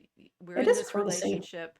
I teach but you. you've earned it too. You've earned the title. This is what's different from nobility. Nobility inherited it. You earned it. And I think Americans are really, I think they're really attuned to that, or at Except least they for in should be. academia now, they're not, right? They all, it's like, well, at least the people a little older than me, they went through, the great leveling of the '60s, right? And we're all going to be, Mm, like you said with the kids, right? That they're not, you just call me by yeah. my first name, and professors have them, the people that are their students say, oh, well, we're all being, but then I had my teacher in Cambridge having me call him Christopher because that was the custom there, that everybody would on this first name basis thing, which confused me because, but you're Yeah, my it's teacher, confusing. you know. Yeah. Yeah.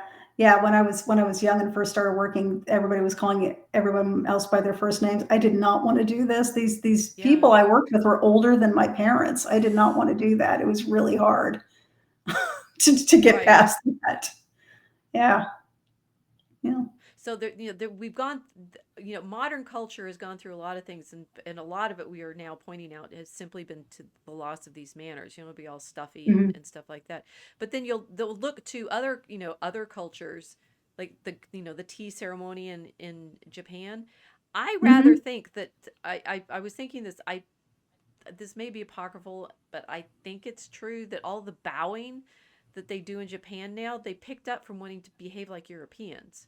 I think Really? yeah, I don't think it was there's all these certainly I do know this for a fact, that the reason that we think of samurai as sort of mystical and chivalrous is because in the 19th century, when Japan opens up to the West and many Japanese come particularly to England to study, and at that point England is going through its like social reconfiguration, which we may need to talk about in a different episode.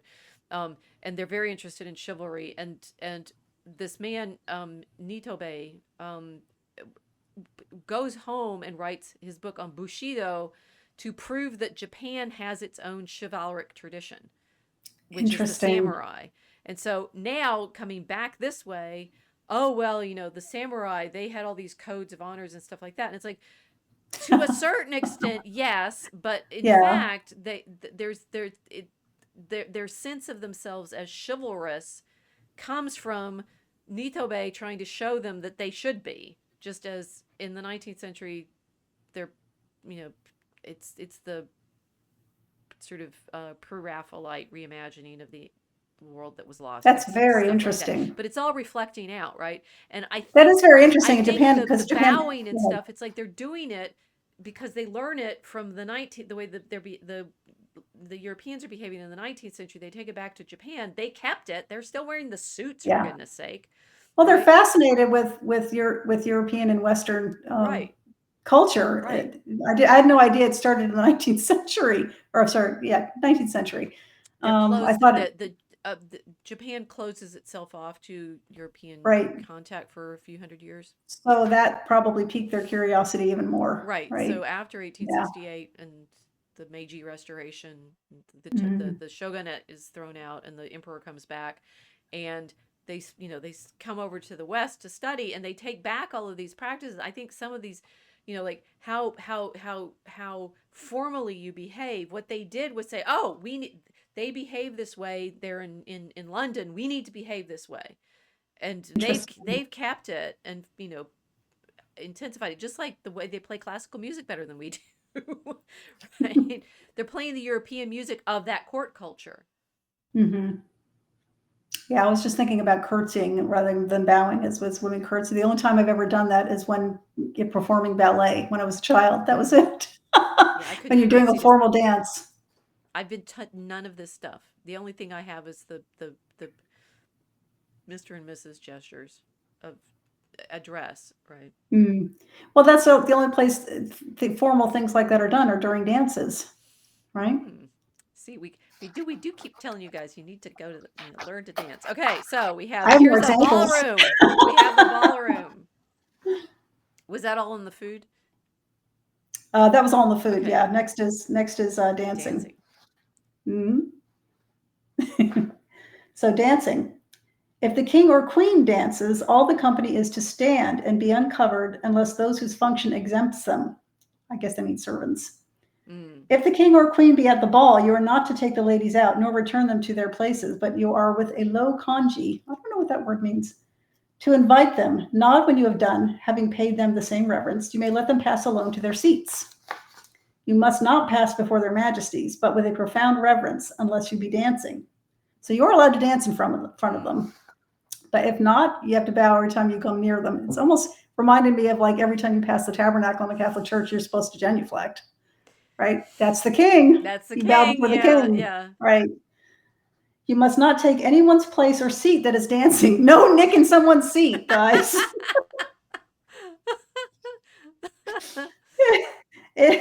And it is ridiculous to imitate any man while he is dancing or whilst the music is playing, to keep time and play the fool with your head, your hands, or your feet, right? Okay, don't do that. Don't be bobbing. It's that. been interesting with watching the minuet, right? It's like it's so like restrained in this. Restrained. And I was also understanding why you feel the energy Louis between the man and the woman. XIV loved showing his legs off, and man, the minuet shows your legs off. For sure. Yes. That calf work when you're doing the pliés all the time. Well, this is where he created the ballet too, right? The ballet school. And men at the same heels time. so that they can do the minuet. Yes. Okay, one more paragraph? Let's see. Yes. No. Okay, so these courtesies of dancing are, of course, still around in Southern dancing. They are. Yeah. Well, and any kind of ballroom dancing also. Ballroom dancing is like that. Ballet at the end of a performance would be like that. So if you be among persons in masquerade, masked, 'tis uncivil to press anyone to discover himself or to lay hands upon his mask. You are rather Don't be obliged. ripping them off. Yeah. You are rather obliged to be more civil to them than other people, because under those disguises you have many times persons of great quality. I don't know what he means by quality. I'm really stuck on that word. Because I've heard people use that expression before. Oh, that's quality, man. That's real quality. Well, And it's always it's in Tolkien, sarcastic. right? That's what Sam says to about Oh, is Faramir, it? right? It's like you show your Oh, quality okay. in this station. It's like it's your nobility, but of course for Sam it's in his behavior rather than just in Right. being steward of Gondor. Yeah. So that's all I have on the dancing. But yeah, it was very strict what you do and what you don't do in every situation in this book, whether it's dancing or grading or being in church. That was a fun one we didn't go over. We should compare. Okay, so we should compare what he says because as you were saying that you can't cross in front of the majesties without reverence. Um, Right. I'm kind of wondering how much mass behavior is in fact from this now, right? Like the kneeling before the tabernacle and things like that. The cause How and much mass the cause is and the mass behavior? the cause Go and ahead. effect of where it's coming from is curious, I'm thinking. Yeah, was the chicken or the egg? Uh-huh. Right. Yeah. Yeah, because I'm Which gonna, came first? now that so the guys, a rogue wave said a gentleman could be an absolute scoundrel and still be a gentleman due to his rank. Yes, the gentleman is the noble man, right? Gentle being Right. this sort of nobility rather, and he could, be And vicious. again, He this could be vicious and not virtuous, but still be a gentleman. and again, this exists in the U.S. military, right? An officer and a gentleman. Mm-hmm. It's part of their code of conduct. It says officer and a gentleman, right? You Right. have to be both, but it's assumed you're a gentleman, so you have to live up to that. Right, but what rogue wave means is you can a gentleman was this rank. It's not Right. and I Right. think it's So what you were they worried made the about is whether distinction. quality is actually behavior or status. I think it's status, but the okay, so the It's curious, got to be. Yeah. yeah. And Robert says I'm super mean, but thanks, ladies, got to go. Bye. Thank you for saying. Thank you for Thank you for your saluting. courtesy. Thank you for the courtesy. Um, hopefully you'll watch it and you'll realize that we acknowledged you. Um, Okay, so all of this is really super fascinating, and we Casey does more research than I let her like show off. So we're here at Mar-a-Lago in the ballroom, but know that we Americans have been so, or at least the rich ones, have been so desperate for this kind of elegance and performance that there's a bunch of them. So here's one. I think this is Mhm. Asheville. You're saying Yeah, the it looks like Biltmore. a chateau.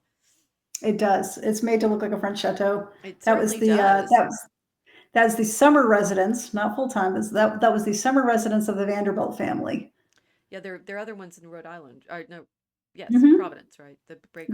They have several. Yeah, well, all of the wealthy industrialists had summer homes up in Rhode Island too. There's a whole neighborhood of mansions up The there. Newport mansions. Yes, the Yeah. Newport mansions and a lot of the American castles. There used to be there was an American Castles PBS story Mm. about the heiresses who would marry into the British nobility and bring their money with them to help replenish their funds. Hey, That happened quite a the lot. United States was really, really wealthy when we had tariffs, eh? Just saying. Just saying. I don't know why that would be on anybody's mind. Okay, so A here's mystery. the Vanderbilt outside, and this is oh my gosh, that's like the wood vaulted dining Yeah, room. Yeah. it's a medieval hall by the looks of it. It's stunning. Yeah, that's the family dining room, and obviously it wasn't just for family, although they had a very large family. I think they still do, Mm. but that was meant to entertain. Right. And you can actually go. I haven't done this myself, but you can actually go to the Biltmore at Christmas. It's supposed to be beautiful. You have to pay a ticket to get in, but it's stunningly decorated, and the outside gardens are as well. So this is what Norbert Elias shows, and we did. I think when my favorite example of the series of these things is the blowing your nose exercise. um, what Elias shows is he has these etiquette books from the Middle Ages through the 17th and 18th Oh, century, and things get the polish that we're imagining is a feature of the 17th century, right? It's sort of starting by the 16th century, but medieval table manners were, I mean, they're more than we think they are. They're not like, they had finger bowls and stuff like that, Yeah. and they had to behave. But they're the sort of high point of this kind of formalism is the Ancien Régime. It's the 17th and 18th centuries. And Mm. so the yeah, it kind of goes both ways. Like medieval dining was both more and less polite than you've imagined it from the movies, but their medieval hall, I'm assuming people are expected to behave as if they're in the 17th century, not Yes. Yes. not in the medieval. Okay, here we go. This is it looks like it's in California, more Spanish. Yeah, that's the that's the Hearst Castle. Mm. Yeah. We That's have a castles here. These are, I mean, so these are, the smaller ones got burned in the fire, right? Or the people wanted their oh. Palisades Oh, the Palisades, right. mansions. Yeah, Yeah, those were more like mid-century modern things, but right. still sad. I feel bad for them. But everybody, I mean, this is what Americans want to all have a castle, and Oh, man's home is his castle. some people have Some enough cats money to have a real one. have a real one. But then here, and Yeah. this is, I mean, inside the Hearst one, they like the medieval paneling too. Yes. Yeah. Yeah, Lots of dark, rich woods. That seems to be a feature of 1920s homes, even modest ones that I've seen that you could buy. Lot of them probably in Chicago. They used a lot of wood paneling back then because they were upper middle class. There was a lot of prosperity in the latter 19th century. Um, tariffs. Don't even have Tariffs, tariffs. that's right. And people used it, right? So they would have a much smaller scale version of that. But yeah, mahogany, oak paneling, that kind of thing was very popular at the time. Yeah. And of course, they had the money to go beautifully overboard on it. These castles. Well, the dining halls that I know like this are all in universities, and so Isn't that interesting? Because they yeah. wanted to look like a castle, right? Well, so I mean, ours, the University of Chicago, wanted to look like Oxford, and the Okay. the other is like this is it's interesting how the universities are and aren't the bastions of particular kinds of status. I mean, we certainly I've signed up to process and graduation again because I love doing it because it's so Hmm. ritual and so formal, and you get to be in the gowns and everything, and it really It's matters that fun. we perform something formally, right? In terms Yes. of this marking of significance of the work that the students have done and everything. And I mean, C.S. Lewis said this, and I've said it before on the stream, I'm sure. Not being able to recognize the importance of ritual doesn't make you like cool. It makes you, not even barbarous, right? It just makes you dumb. Sad. Sad and pathetic, Yeah, sad, and boring, yeah, or and bored. we've all, we've got modernity loved sneering at all of this performance, and certainly the French Revolution overthrew its practices of this civility, right? That's like here Courtine writes his book on how to behave at court, and it's associated with Versailles, and it's associated with all of this magnificent wealth, and it's associated with all of this privilege and status and such. And so the Enlightenment threw it all out. And it's like it's this specifically that the Enlightenment threw out. The medieval is kind of back projected onto some other things, but this particular kind of behavior has been Yes, rejected you by don't yes, modernity. the gas enlightenment, yeah. The gas enlightenment. Yeah, gaslighted, Oh, yeah, into thinking that the it was gas, all yes. So here we have pretentious and this one has it on water, and it looks like it has a big swimming pool in the front. No, a big no, it's like some kind of, is that Vizcaya in Miami? maybe Yeah, it looks Floridian, maybe. yeah, What is yeah, it? Florida. That would be Vizcaya, and that was another industrialist that built his palace in Sarasota. Is it Mm. Sarasota? No, I'm sorry, Vizcaya's in Miami. I'm talking about Coconut Grove. And it was all jungle when he built it, but he built it to resemble, I think, Venice, Mm. Okay.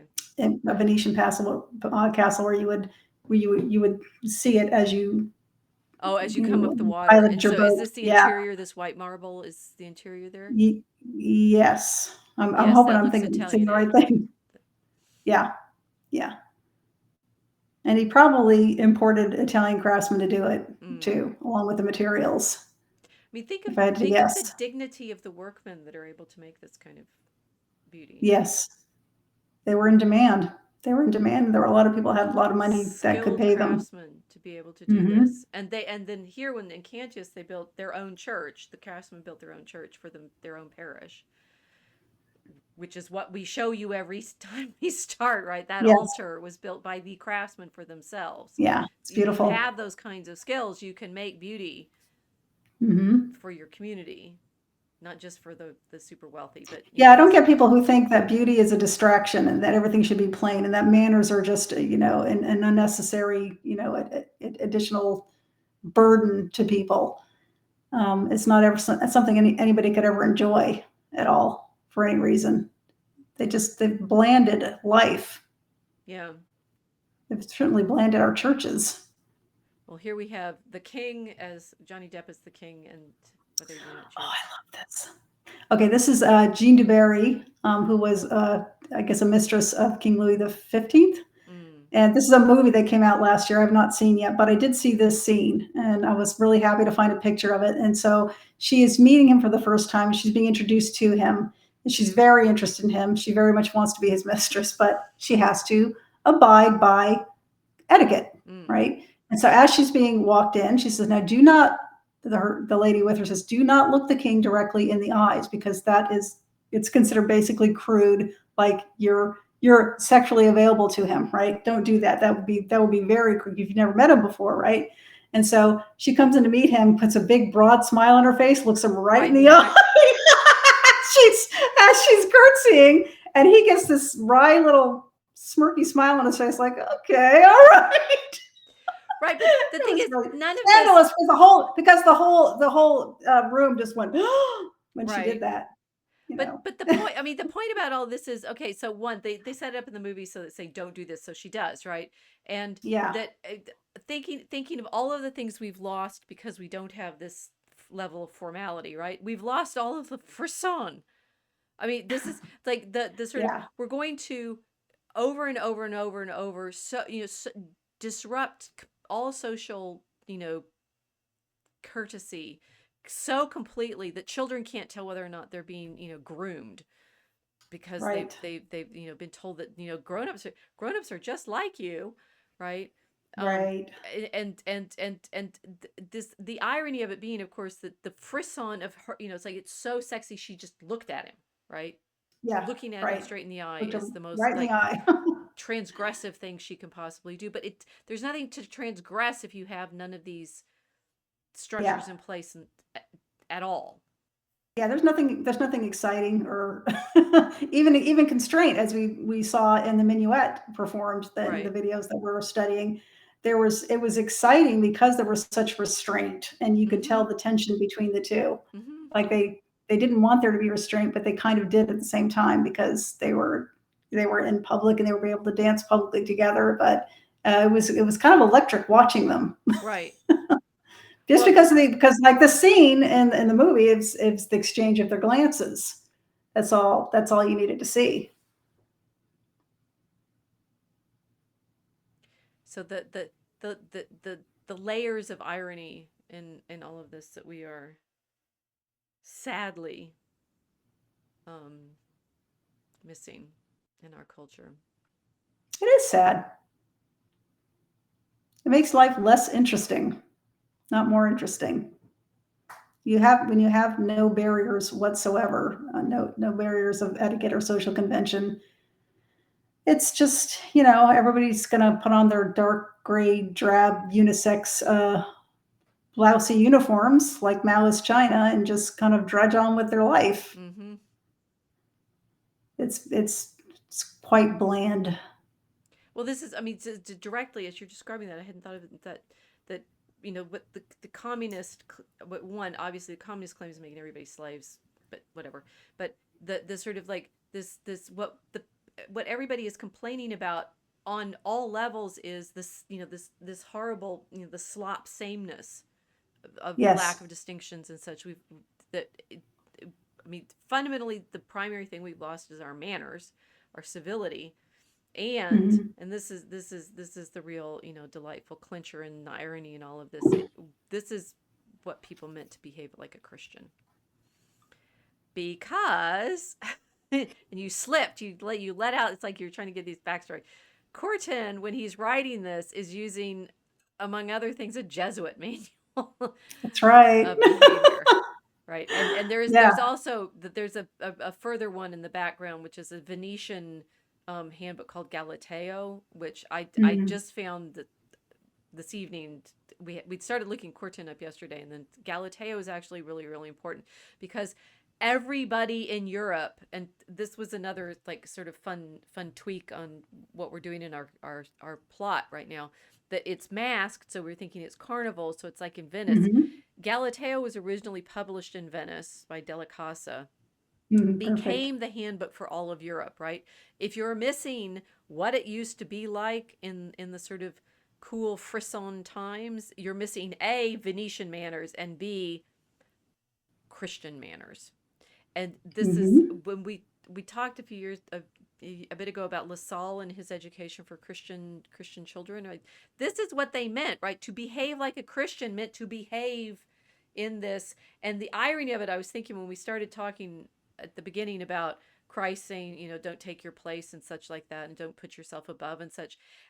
This is Christian behavior, right? It's the Hmm. sort of appropriate respect for all. I mean, I think what Cortin is showing is respect, right? You're respecting people in their appropriate position with relation to you, but you have to know who they are. You have to pay proper attention to them to be able to know how to respond to them Right. correctly. Hmm. I mean, this is what people used to mean to behave like a Christian. It wasn't about being nice. It was Right. It was about putting other people at ease. it was Right. There was a sweet movie that came out of Brendan Fraser and Alicia Silverstone about 20 years ago. It was called Blast from the Past. And his parents, it was 1959 or 1960, had his father was brilliant, like physicist or something like that. And he had built this amazing, expansive bunker underneath their house in case of a nuclear war. mm, And there was a plane crash, and they were down in the vault just checking it out because he had just finished it. And there was a plane crash, and of course the sensors went off, and he thought, oh my gosh, the bomb's hit, because it was like an earthquake. So he shuts it all off. His wife is pregnant, mm. right? So she has the baby in the bunker, and he says it's not going to open up for 30 Oh years. man. And so when he emerges in Los Angeles 30 years later, says you need to go out and get supplies. It should be safe enough to go outside now. The radiation should be down. Right. Right? And Brendan Fraser emerges to go on his errands, to check out what Los Angeles is like now, and he's got the manners of somebody from 1959, and they're beautiful. He treats women with respect, and Alicia Silverstone meets him. She doesn't understand at all why he's acting like, why are you acting better than everybody, Mm-hmm. right? Yeah. And her friend says he's not acting better than you. He's just trying to put you at ease. That's why he's doing this. I thought so too, and I asked him why do you do these things, and he says, well, because it puts people at ease, right? And he was doing everything his father taught him to. The contrast was just really lovely to see. What's that called Yeah, again? Blast from the Past. Mm. It's a fun movie. Yeah. So does he keep his manners throughout the story? He keeps them, and the woman, his love interest, comes to understand why he's doing it, and it's not because he's trying to act better than everybody else, that he thinks he's better. It's that he's just really kind. Mm-hmm. He's being kind to other people, and trying to remember their names is a kindness, right? Opening a door for you is a kindness. It's not treating you like you don't know how to open a door. It's just being kind. Right. So I found the Galateo, which is interesting. It has at the end of it, he has a number of valuable hints or concise lessons worth the attention of young persons. And this also looks like it was published as a little pamphlet-y thing. So this is the book you learn. Show in everything a modesty.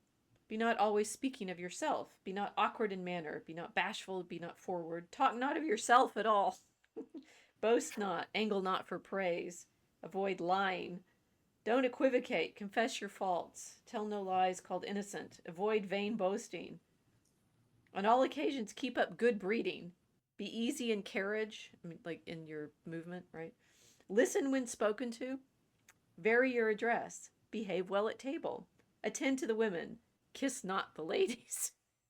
Kiss not the ladies. This is, I mean, so these are all things like how to be a as a man, right? Hmm. Um, there's also some practice. Affect not absence of mind. Learn a knowledge of the world. Flatter delicately. Study the foibles of men. Observe certain times of applying to these foibles. Judge of other men by yourself. Command your temper and countenance. Seem friendly to enemies. Okay, so again, this is the Galateo, so it's the 16th century Venetian one that's behind a lot of these 17th Hmm. century courtesies. Doubt him who swears to the truth of a thing. Make no riotous attachments. But the first thing I saw there's also a study the dignity of matters. So be not envious. Be not passively complacent. Show no hastiness of temper. Be mild to your servants. Keep up outward appearances. To be well received, there are rules for conversation. Talk not long together. Tell no stories. I think it means not gossip, right? Use no Hmm. hackneyed expressions. Make no digressions. Hold no one by the button when talking. I'm going to say grab him by the. Yeah. Punch no one in conversation. Always good Always advice. good advice, right? Attend to the person speaking to you. Be not morose or surly, right? Okay. For women, right? Instructions particularly adapted to young women. Pride yourself in modesty. Never be afraid of blushing. Don't talk loud. Refrain from talking much. Don't even hear a double entendre. Oh. Avoid lightness of carriage. Be discreet. Affect no languishing. Oh, affect no languishing. That's pretty funny. Dare to be prudish. Be not too free. Be cautious in dancing. Dread becoming cheap. Be not too often seen in public. If you go to a play, let it be a tragedy. Avoid gaming. Be modest and moderate in dress. Shun the idea of a vain woman. Then it keeps going, right? Hmm. It must be a tragedy, not a It comedy. must Is be a that because tragedy. it's indecorous to laugh out I loud? think so. Yeah. Oh. Um, the same one Curtin who you were working from. He also wrote a book that I'm now very curious. I found a PDF of it on it. The book is called A Treatise of Jealousy, or Means to Preserve Peace in Marriage. Okay, I want to read Wherein, that one. wherein is treated of the nature and effects of jealousy, which for the most part is the fatal cause of discontents between man and wife. This was published in 1684. I think we need to like go back in the past a bit. And because jealousy is a passion, it's therefore occasionally discoursed of passions in general. So you have to understand your emotions, right? The reciprocal Mm. duties of man and wife with infallible means to preserve peace in the family by avoiding dissensions that may arise from jealousy or any other cause whatsoever. Written in French and faithfully translated. These were Catholic. Mm. Yeah. I mean, I think among other things, these are Catholic manners. Well, how wonderful it is that the people at this time that it wasn't just, oh, you're married now, you're on your own. Good luck. Oh, right. Right? They actually Yes. tried to help them. They actually tried to help Yes. them by writing these books and passing them around, passing this knowledge around. Well, Curtin did, right? And I'm interested of the marriage of Christian. Well, anyway, the when we're talking about all of the things that we've lost of our culture and our civilization, the civility, right? That's what I wanted you to like land a little harder. Read the title again of Mhm. his book. Okay. The title is The Rules of Civility, or Certain Ways of Deportment Observed in France Among All Persons of Quality upon Several Occasions. So, how to be civil on Civility, any occasion. Yeah. civility, civilized. I mean, this is what people meant. It's like, can we be civilized when they're comparing themselves to barbarous? I mean, do you know how to behave? Yeah. Yeah. Were you And raised in a barn? but you're in a part. But also, Yeah. just like and what I like the way you're describing what the Brendan Fraser character is doing. It's like this is how you are courteous and courteous in the sense of not rude and uppity, but and I think it seems to me that Trump actually is. I think he must have been raised well, right? I mean, Yeah. Oh, yeah. Yeah. You he can see knows how to that. do it Yeah. when he's on stage and in comedic mode, but he's very polite to Yes. people that he meets in person. He was polite to Kamala Harris after their Hmm. debate, and I thought she acted awfully during that debate. But he was still like, "You did very well. Yeah, good Yeah, job." You know, he was very kind to her. It's a kindness. Courtesy is a kindness to another person. right. And a respect. And Hmm. interestingly, distinctions of rank are also a matter of respect, Yes. and refusal to acknowledge the fact that, I mean, what we were skidding at the beginning of how we fall into envy otherwise. And therefore I'm interested that Hmm. Curtin's book on maintaining peace in marriage is about jealousy, right? It's like Hmm. all of these courtesies are ways that you are, I think, in fact, it's like, okay, so one, if we don't do this, we end up in the next thing we could have been talking about was duels, right? Yeah. And Yeah. Curtin also wrote about that, right? About honor. Um, that if you break the rules of courtesy and dishonor, it's disruptive and terrible. And the men would Hmm. illegally joust and duel and things like that. But the that we are so careless now of people's respect, that I see this over and over and over again, and from my southern trained perspective. Yes, ma'am. That is my primary sense of what we've lost. All of the stuff about what culture is and what our political behavior and stuff. We don't know how to behave fundamentally, and that's why we Right. can't recover what we feel like we've lost, which is how to And yeah. behave well with And each that's why other. our congressmen and women in particular Right. are acting as badly as they are during their sessions. Yes. People get shocked. It looks like the Jerry Springer show sometimes, the way people yell at each other back and forth and the insults that fly. Well, yeah, that's the way people. It's the way their constituents are acting, right? Right. It's the way the larger culture is acting, and that needs to change.